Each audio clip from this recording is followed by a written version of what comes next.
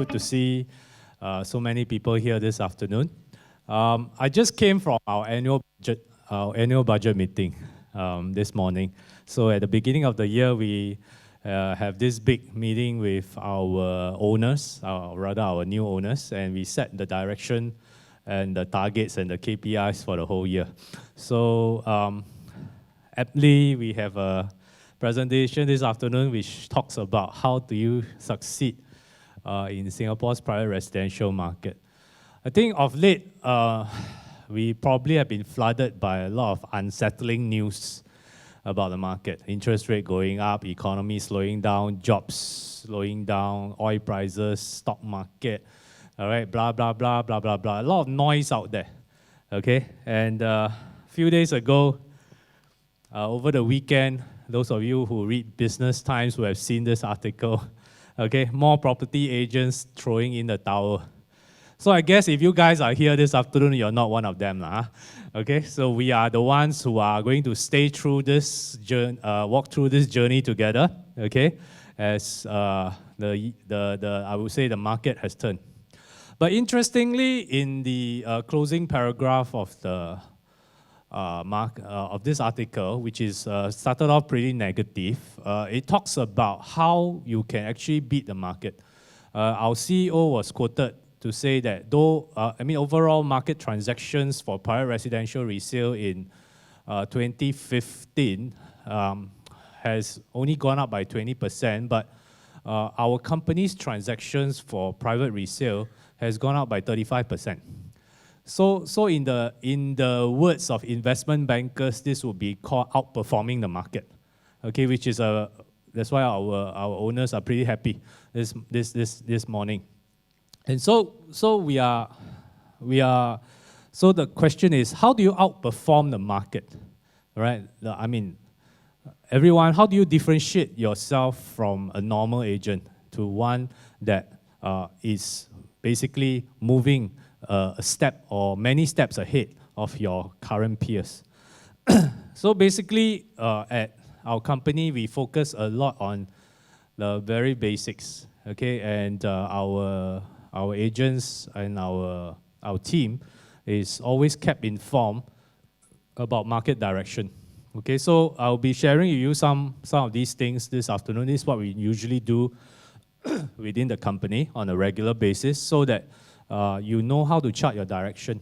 And this being the beginning of the year, I'm sure it will be a bit helpful to know as far as private residential is concerned, what's the direction moving. I think later on, Ismail will be talking about other things, other sectors of the market. But my focus this afternoon will be on the private residential.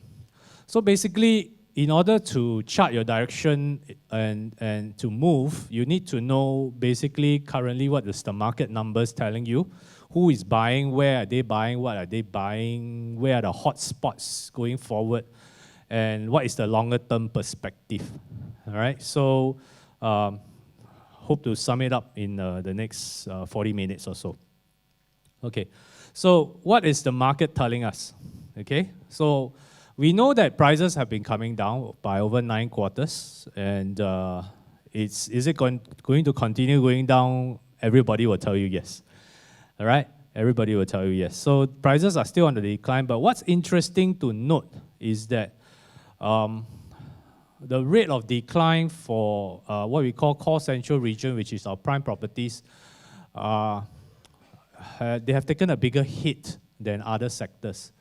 So I don't know about you, but those people who are actually working on the prime properties, you will notice that now interest level, okay, has started to pick up, all right? Not for the hyper, super expensive type, but the mid-range, all right? So the above 3 million to maybe about 5 mil to 6 mil range. Interest level has started to pick up, but mainly is still on a bargain hunting kind of stance. That means buyers with the liquidity and with the money, they are actually looking for a good buy, okay?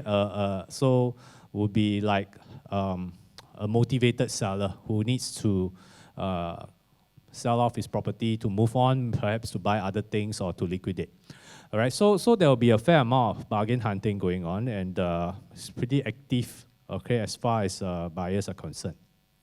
Okay, the other overall perspective is that though prices have come down, it has come down quite slightly. Okay, year-on-year change over 2015 is only less than 4%, 3.7%, and we are only 8.4% down from the peak. Okay, so is this good news?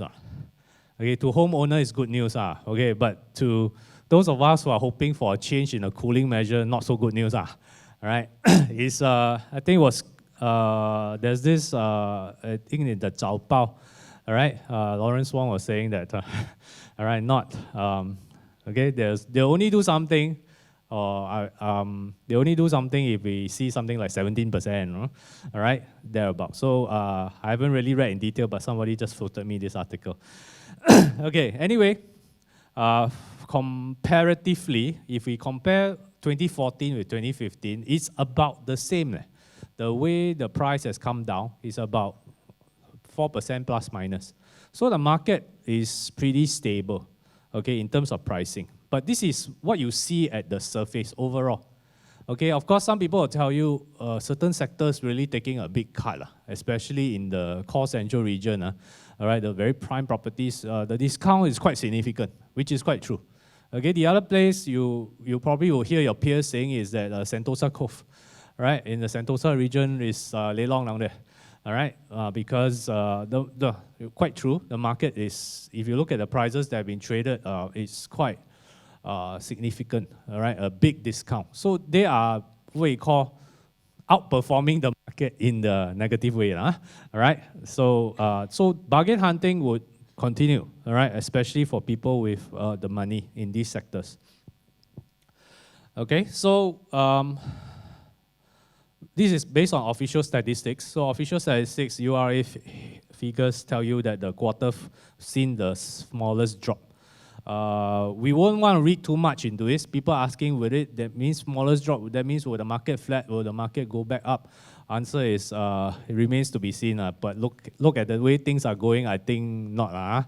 Okay, it will not be a rebound. It will be probably go down some more. In fact, most of bankers are saying that you can probably factor in another 7 to 10 or maybe even more price cut, price decline over the next 2 years. Okay, that's like telling you about 5% a year. All right. Okay, so prices are expected to continue to decline in 2016, but the extent of decline depends on whether there's any change in the cooling measures. Okay, people keep pushing back the date. Okay, previously we were talking about hopefully end of the last year, then hopefully somewhere this year. Okay, then some people say hopefully second half, and now people are saying 2017. Okay, so it remains to be seen because it's very volatile currently. Because if you are aware, there are several issues which affect the market: slowing economy, rising interest rates, and slowing job growth. Okay, so this may have impact on the overall property market. Okay, so interest rate is also a key factor. Okay, though now whoever enters the market and applies for a housing loan, the banks use 3.5% to calculate. So technically, if you can get the loan, you can afford to stomach the interest rate increase up to 3.5%. Right? So in that case, we're not so worried about the people who are able to enter the market today. We are more worried about the people who got into the market and took out huge loans and many loans, okay, pre-TDSR days. Okay, so there's a fair amount of these people who, if you can remember the upswing in the early days, okay, where before all this TDSR came in, the market was trading at very high volume. Okay, transaction was rife because it's predominantly driven by very cheap loans. So that big bunch of people is quite maybe severely affected. Okay, if you do a calculation on what's the impact of a 1% increase in interest rate. Okay, nowadays we have to start using larger figures, no 0.25, because it can happen over this year that beginning of the year and end of the year may see a 1% difference in interest rate. Okay, so what's the impact of a 1% increase in interest rate? Okay, I just did a simple calculation on my way here. We just use 100,000, 100,000, easy to multiply the figure. If you take 100,000 on a 20-year loan, a 1% increase in the interest rate would basically increase your monthly installment by $50. Okay, so this is on per 100,000, per 100,000. So depending on what is your view of how far the interest rate can go, okay, and how many multiples of 100,000 debt you are in. Okay, so the higher you are, the higher the pain level. All right, so there's this bunch of people who are probably highly overgeared, okay, that got into the market pre-TDSR days. So when this interest rate starts to climb, it means that this group of people, okay, may begin to feel more pain than the rest of the people, especially if you had depended on the rental market to help you subsidize your installment payment. Okay, so we could have a fair bunch of motivated sellers coming into the market, all right, in the 2016. Okay, for us property agents, we look at opportunities. Okay, don't look at the doom and gloom, but doom and gloom is where we get to work. Okay, and our job is to basically facilitate the transaction. Okay, and if the seller is motivated, of course, it helps us do our job easier than a seller who is just out there to test the market. All right, so look at it in a different perspective. It presents a lot more opportunities as the market, okay, scenario changes. Okay, transaction volume, what are we seeing between last year and the year before? And what can we say about going forward? Okay, new launches is always a function of what has been launched. Okay, and obviously in the last year, the number of launches has begun to slow down, primarily because there is a lot of unsold stock in those projects that have already been launched. Okay, so just to give you a quick estimate, we just did our budget meeting this morning, so we total up. We are currently, my company is marketing about close to 40 projects, excluding EC. And we just did a total tally of the unsold units based on just these 30 over projects that we are marketing. Okay, any guess what is the total figure of unsold unit?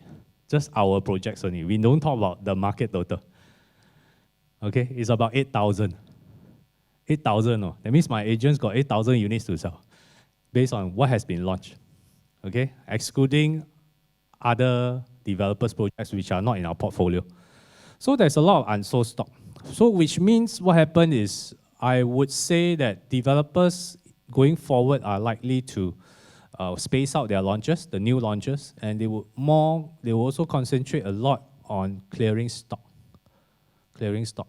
Okay, so clearing stock is a different game from new launches. Okay, so new launches, the objective is to rack up as much sales as you can in the first 2 weeks, 3 weeks. All right, and thereafter you will see the interest level decline. All right. Whereas clearing stock is like a long distance race. Okay, you are trying to pace and you're trying to clear slowly, sell. Okay, and typically those of you who do clear stock, you will do realize that the commission is better, right? For projects that is clearing stock. So I would say dedicate a fair amount of time to projects that are trying to clear. Okay, and some developers, especially those that have more urgency, are likely to revise certain prices and move out just to move sales, and to incentivize. I think you will have more incentives that are thrown in for the agent. So it's basically opportunity for us, all right, to again outperform our peers. So every opportunity counts, all right? That's our take on the matter. Okay, new project sales has only gone up by 3% over the last year. Okay, The total URA figures will only be out this Friday, I think. But we did some estimation, okay? So we think, okay, I mean, based on our estimation for the month of December, there's not much sales. So it's only about 7,542 in total for the whole year. So that's up by 3%. Okay. On the contrary, the secondary market has gone up by 23%, which is quite true. Sometimes I don't need to look at the numbers, the market numbers, to tell me which direction the market is moving. Because every month we look at our top achievers. When we recognize our top achievers, you will notice that the top achievers, more and more of them are actually from the resale. They specialize resale. So at one time, all my top producers were all project agents. So in the last year, so we'll see more and more of them are actually resale agents. Okay, so resale market has picked up, interestingly. So the question is why? Okay, why? All right, you will notice that buying resale nowadays is mostly owner-occupiers. People are buying for owner occupation, and they have very specific needs. Okay, for example, they need to be in a certain location because of school or because of work, or they have certain size requirement. All right, because if you have seen some of the new projects, we also do handover, okay? And when the project is completed, all right, we help the developer do handover, collect keys, and you will notice that some of the new projects is really very small, all right? And so the challenge is how to have a comfortable space for the same amount of money that you're actually paying. All right, so people have begun to realize that, and you find that in the resale market, there are quite a number of people who are actually buying for their own occupation. So that has increased. Okay, also investors. In fair amount of investors have begun to look at especially more rentable kind of projects in the resale market, which they can get a tenant quickly, rather than getting a new project and you have to fight with the other 600 owners for tenant. Okay, so this is some of the reasons why secondary market transactions have gone up. And also, if you work with sellers, individual sellers, they tend to be nowadays more negotiable, right? Okay, gone are the days where it's a moving goalpost, right? The moving goalpost syndrome. You get a price and he up the price. It doesn't happen nowadays, all right? So whoever is still practicing moving goalposts is not relevant. I suggest you won't waste too much time with him. Okay, so that has contributed to how secondary market has gone up. Okay, so outlook for 2016, we would probably expect fewer launches, okay, as developers concentrate on clearing stock. Also, there is fewer pieces of land that the government has slowed down the land sales. So the pipeline coming in to the new project site going forward will slow down. The new pipeline, okay. So when you talk about new home marketing or new project, you must always think, okay, those brand new ones haven't launched, plus those have launched and need to clear stock. So that is basically our market size. Okay, and we will probably expect the resale market's momentum to continue into this year because prices have stabilized. And also, we also expect the volume to increase primarily because there is more urgency amongst people who are perhaps overly geared, okay, and taking too much loan, they need to cut. All right, so this is the year that perhaps those of us who are resale agents, you will expect your business to increase. Okay, in fact, for our budget, we have projected an increase, okay, in terms of our volume and our dollars, okay, coming from the resale contribution.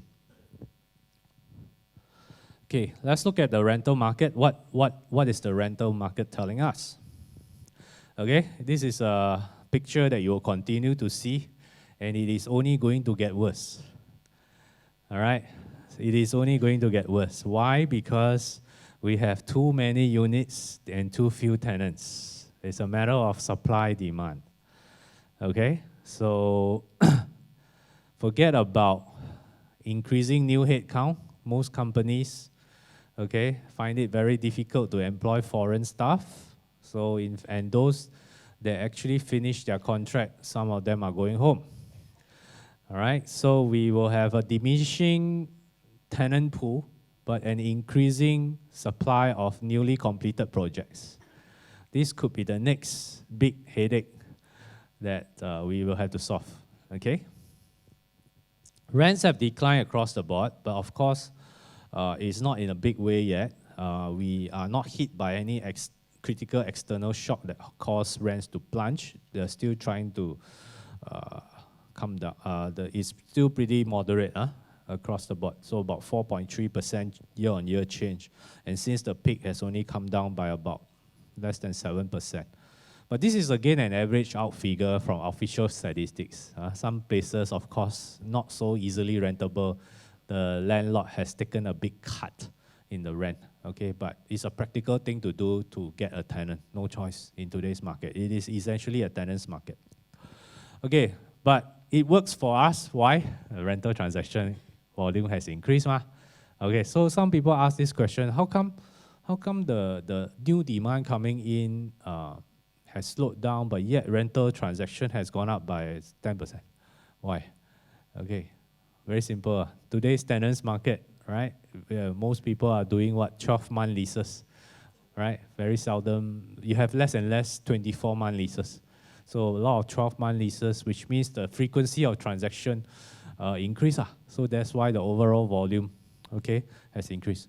Do you know that if you add the total number of transactions from the HDB rental side and the private rental side together, do you know what's the total volume of rental transaction for 2015? It's almost 110,000.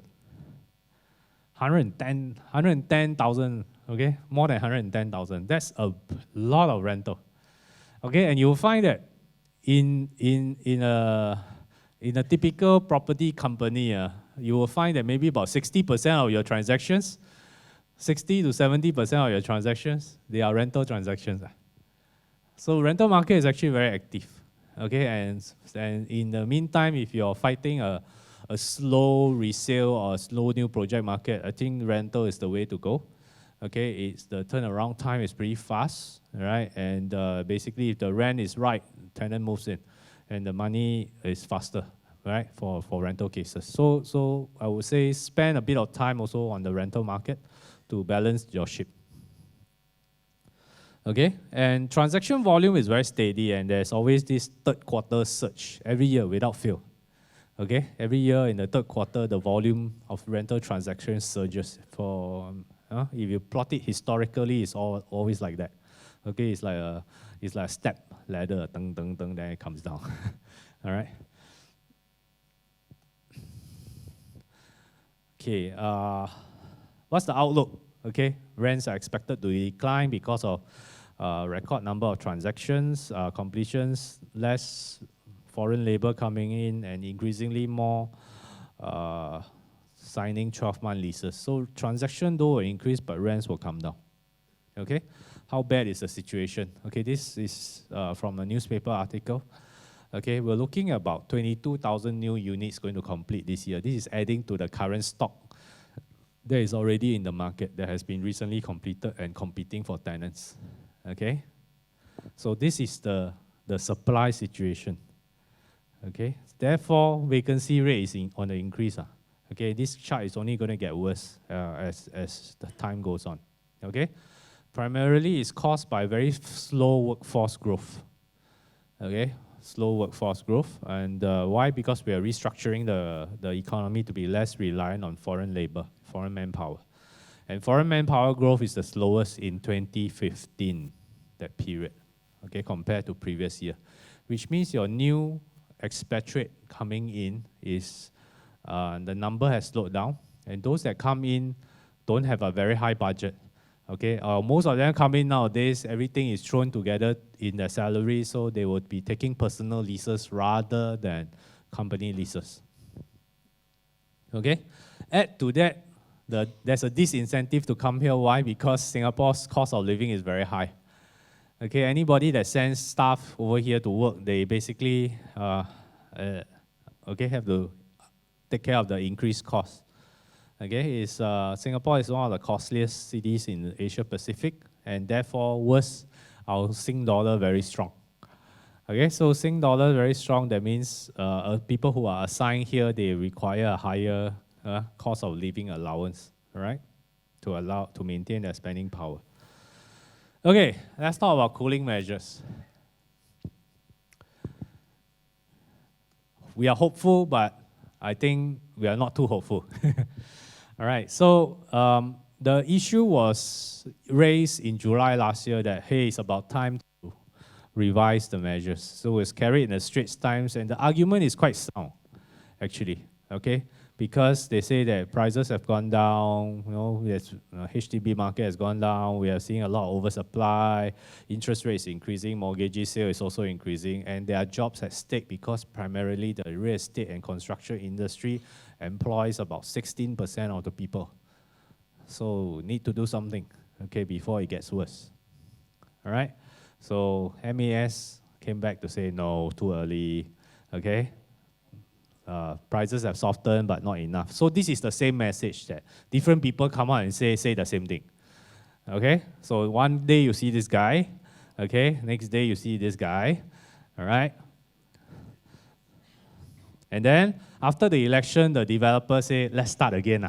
Okay? Let's try to renew our call for them to tweak the cooling measures.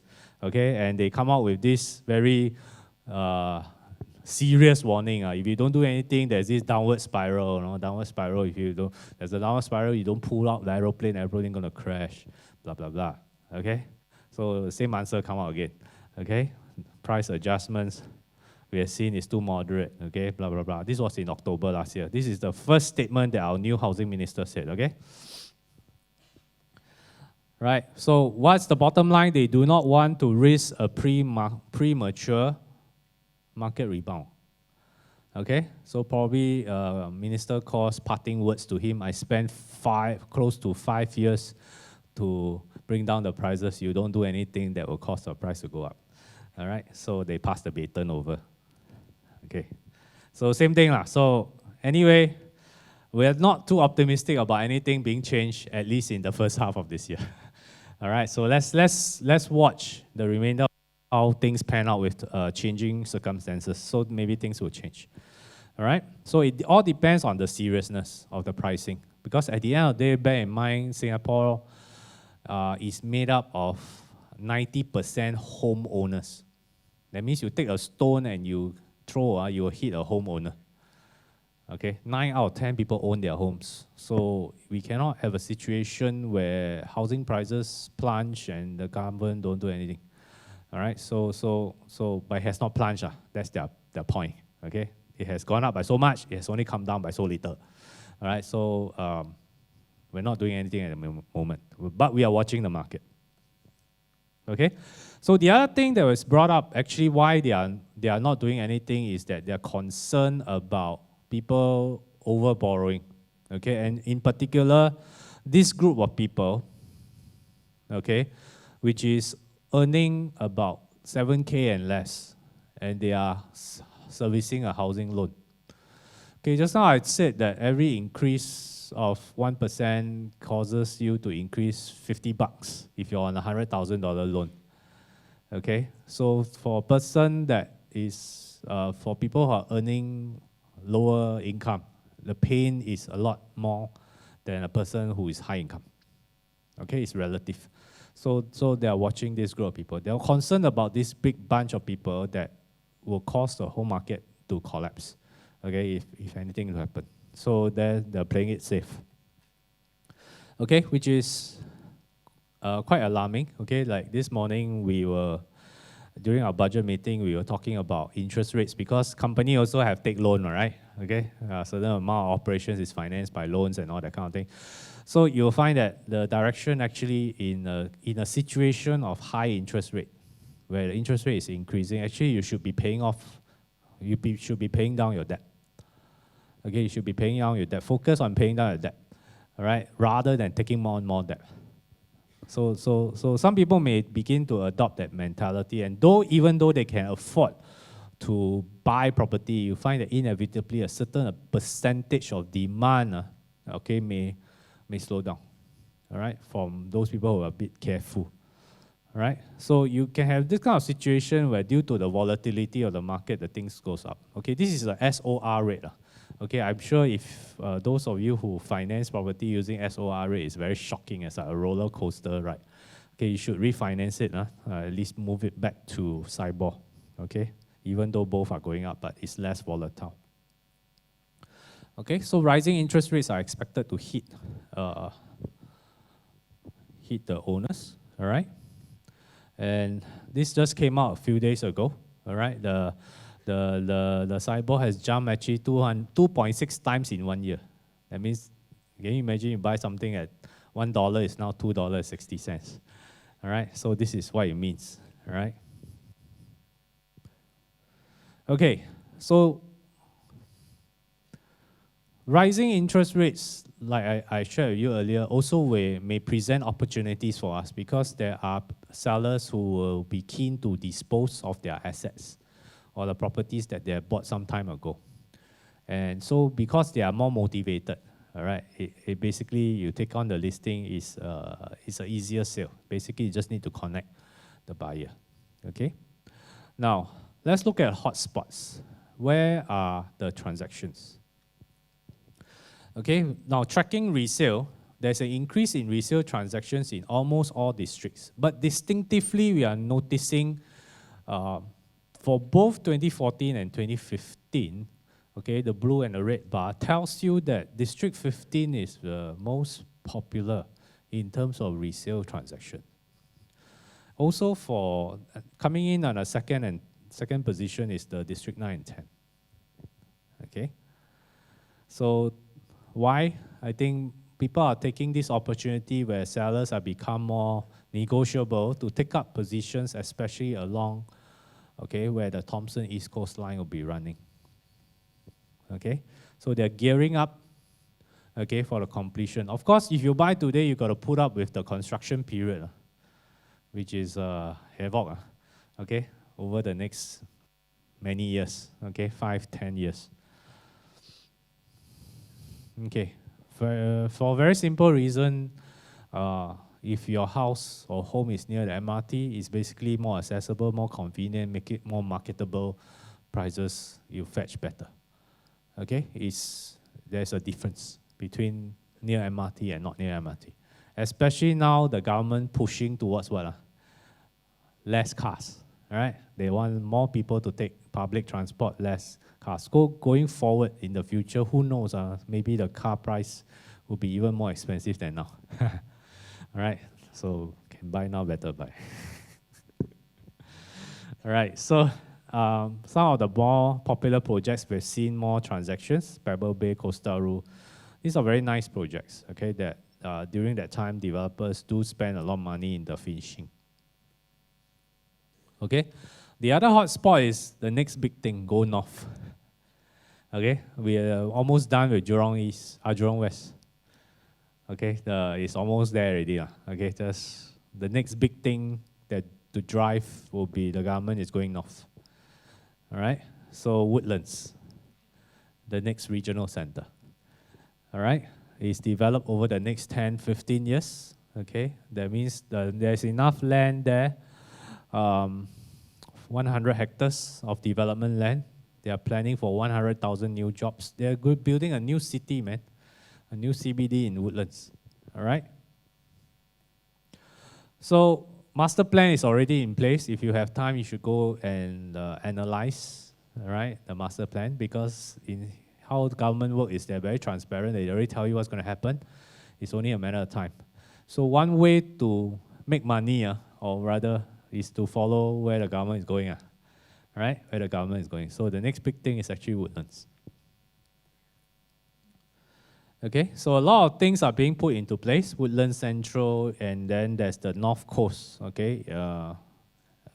North Coast area where there's technology offices, all right, and waterfront housing. So all this will start to come into the picture in the next few years. Okay, you will see more and more of these things come in. So this is into the future. Okay. Transport is also being increased. Okay, so accessibility, you have your MRT stations, the bus stations, and in around there, there will be commercial developments. All right, so Thomson East Coast Line is opening in phases. Okay. Okay, so this is enough about Woodlands. Where is the next hotspot? Wow, a lot. Okay. So the other one is perhaps Holland V. Okay, so you notice recently there was a land tender that was triggered last week only, Tanah Merah MRT station. Okay, that was on that piece of land was put on the reserve site. So why developer then trigger that is because there are two reasons. Number one, you look at what has been on the confirmed list of land sales for this year. Not very interesting. Okay, the land is in not so nice or attractive location. Whereas those on the reserve list, there are a couple that are quite interesting. So the obvious one was to take the one nearest to the MRT station. Just trigger that one. Okay, so we will expect that one to be put on sale. Okay, and then we'll see how the bidding goes. Okay, the other interesting one that haven't triggered is I think Holland Village. All right, it's on the reserve side. Okay, and it will be quite an interesting pick. All right, around there. Okay, so based on the transactions that have happened, who are the buyers? All right, in over the year 2015. You will see that Singaporeans form about 75%, three-quarters of the market. PRs, 18%, foreigners and companies add together 7%. Okay, so predominantly driven by Singaporeans for obvious reasons due to the ABSD. So if we remove the ABSD for everybody, you'll find that the foreigner proportion will increase. Okay, but I think that may not happen in the short run. All right, there's still a need to differentiate, because if the foreigners come in, it will be like a foreign invasion. Okay, then the price will go up quite significantly. So I think that may be the last thing the government will adjust, which is the ABSD for foreigners. Okay, if anything will happen, it will be Singaporeans first. Okay, hopefully. Okay, preferred price quantum of what has been transacted in the market is the sweet spot is still below 1.5 mil. This is where most of the transaction is. Okay, not say above 1.5 million got no transaction, but it's less, significantly less. So about 70% of market transaction is 1.5 mil and below. Okay, then you break up the two, HDB buyer coming from HDB and buyer coming from private property. Budget a bit different. Okay, so for the people who have HDB address, typically they prefer less than $1 million. Okay, so you know how to sort of profile your buyers, and that will make your working easier. So just basically you should work with your buyers to ensure that they're able to afford the property that you show them. Otherwise, you'll be wasting a lot of time and legwork. Okay, more mainland Chinese and Malaysian buyers of all the foreigners that are buying. Okay, the Malaysians are about 30% and Chinese form about 21%. Another interesting group is the people from US. They are not your traditional property buyers. They are not known to buy properties in large amount. Okay, so if you look at the total transaction, there is not a lot. Okay, but what is interesting is that they are buying. Okay, they are buying. Why? Because they have the same treatment as a Singapore citizen as far as ABSD is concerned. So if they buy their first residential in Singapore, no ABSD. Okay, so they have one bite of the cherry, and they will probably buy the largest property that they can buy. Okay, so some of them are known to see using the leveraging on the strong US dollar is also a time, okay, for them to pick up a buy, for those people who are interested in buying. So you may see some US buyers moving around town, okay? Okay, the other thing about projects is very, I would say some projects you see snap up, okay? Some projects don't really move as fast. Okay, so this was the recent launch in I think the closing months of last year, okay? 75% snap up, okay, within the weekend of the units that are released. Okay, so what are the learning points for project sales? Number one, you need to be near MRT, all right, and reputable schools. That will help a lot. Secondly, the developer has to be motivated. They price at an affordable quantum. Market is still driven by total price. Okay, don't really look too much at per square foot. Okay, and Singaporeans will form the bulk of your buyers. Okay, let's look at a longer term perspective. Question is, some people ask you, property price so high now, will property price be higher in the future? Right? I buy a property today at this price, it's already considered high, and will it be higher going forward? Okay, so for those of you who have been in the industry for a long time, I think you can answer that question. Correct? Singapore, if you plot the property price over time, all right, there's only one direction. It will go up and down in between. But if you plot a trend line over time, it goes up. Okay, why? Why? Because we have very little land. Okay, and the demand is on the increase. Okay, what drives demand? Okay, what drives demand is basically the other things that fall into play. Okay, Singapore has a very high rating, okay, in the international arena, and this will attract investments, people to come here. All right. Secondly, we are the world's second most competitive economy. We are even more competitive than the US. We only lose out to Switzerland. This is an annual rating, okay? It's quite recent. Okay, and when we compete, when Singapore, our EDB and all that, they go out to the world and get investment, get companies to invest in Singapore, we get the lion's share, okay, of people who want to invest in Singapore. That means there are international companies going to put money everywhere. They will put most of their money in Singapore. Okay, show you this chart. All right, so the ones I outlined in red are the investment money that's coming in. Okay, so the Indians and the US companies are putting a lot of money, okay, into Singapore. All right, we get the lion's share of investments from all these major powers compared to other countries. Okay, and of course, we have this plan, which of course is not talked too much about today, that we need to replace our population, okay, somehow. All right, and there's a plan for this, all right? We don't talk about this too much because it's a bit sensitive, all right? But you know that there is a plan, all right? And somehow it's going to happen over time, okay? Which means our demand for our housing, our properties will increase, and therefore, okay, based on limited supply, your prices should increase over time.